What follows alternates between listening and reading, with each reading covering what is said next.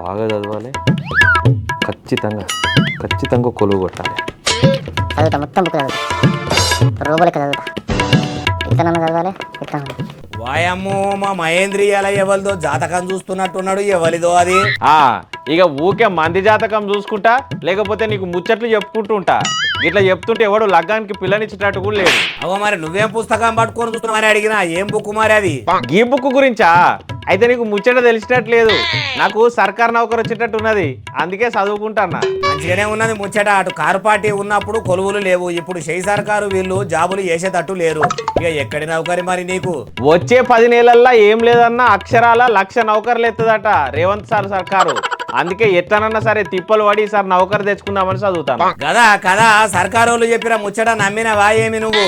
అయ్యో మహేంద్ర, వాళ్ళ మాటలన్నీ నీటి మూటలే ఉంటాయి, తెలియదా నీకు? తెలుసు అనుకో. కాంగ్రెస్ సర్కారును గెలిపిస్తే మహిళలందరికీ మహాలక్ష్మి పథకం కింద 3,500 ఎత్తా అన్నది, అది కానత్తలేదు. అట్లా కాదు రైతులందరికీ రుణమాఫీ చేస్తా అన్నది, అది చెయ్యలేదు. కౌలు రైతుల గోస కూడా తీరుస్తా అన్నది, ఆ మాటను మలిసి గోశీల పెట్టింది. నిజమే నువ్వు చెప్పింది. ఉద్యోగం లేని పోరగాన్ల కోసం రాజీవ్ యువ వికాస పథకం కింద పైసలు ఇస్తాన వరకు అందరు ఆర్జీలు పెట్టుకున్నారు. కానీ ఇది వరకు దాన్ని దిక్కు లేదు, మొక్కు లేదు. ఇక పోరగాన్ల ఆర్జీలు పెట్టుకున్న వాళ్ళు కండ్లు కాయలు కాదు, పండ్లేదాకా చూసినా కూడా ఇప్పటి వరకు ఏం లేదు. ఇంకా గవే కాదు, సర్కారు కొలువు కాక ముందు 6 గ్యారెంటీల గురించి కాకి లెక్క ఒర్రుకుంటా చెప్పి ఇప్పుడు వాటి గురించి అడిగితే చిలక పలుకులు వలుకుతున్నారు. గదే కదా, అసలు లీడర్లు చెప్పిన మాట తప్పితే గట్టి శిక్షలయ్యాలి, గసొంటి చట్టాలు తేవాలి, జనంలా కొరడా దెబ్బలు కొట్టాలి, లేకపోతే 6 నెలలు తీసుకుపోయి జైల్లో పడేయాలి. జనాలకు భయం ఉన్నట్టు పని చేయకపోతే వాళ్ళకు కూడా శిక్షలు పడతాయని లీడర్లకు కూడా భయం ఉండన్నా వద్దా? లేకపోతే ఒక పని చేయనే బాలన్న, అప్పిచ్చినప్పుడు బాండ్ పేపర్ రాసుకుంటాం కదా, గట్లా ఎన్నికల ముందు లీడర్లతోని బాండ్ పేపర్ రాపించుకోవాలి.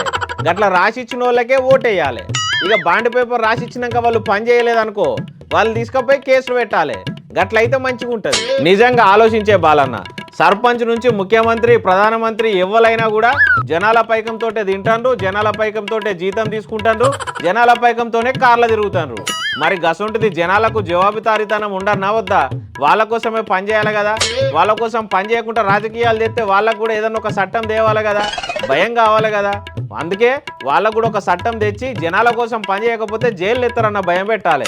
కరెక్టా కాదా? వాజిబ్ ముచ్చటనే చెప్పినావు. గట్ల లీడర్లను కట్టడి చేస్తేనే జనాల రాతలు ఏమన్నా మారుతాయి, లేకపోతే ఏడ చేసిన గొంగడి గాడనే ఉంటది.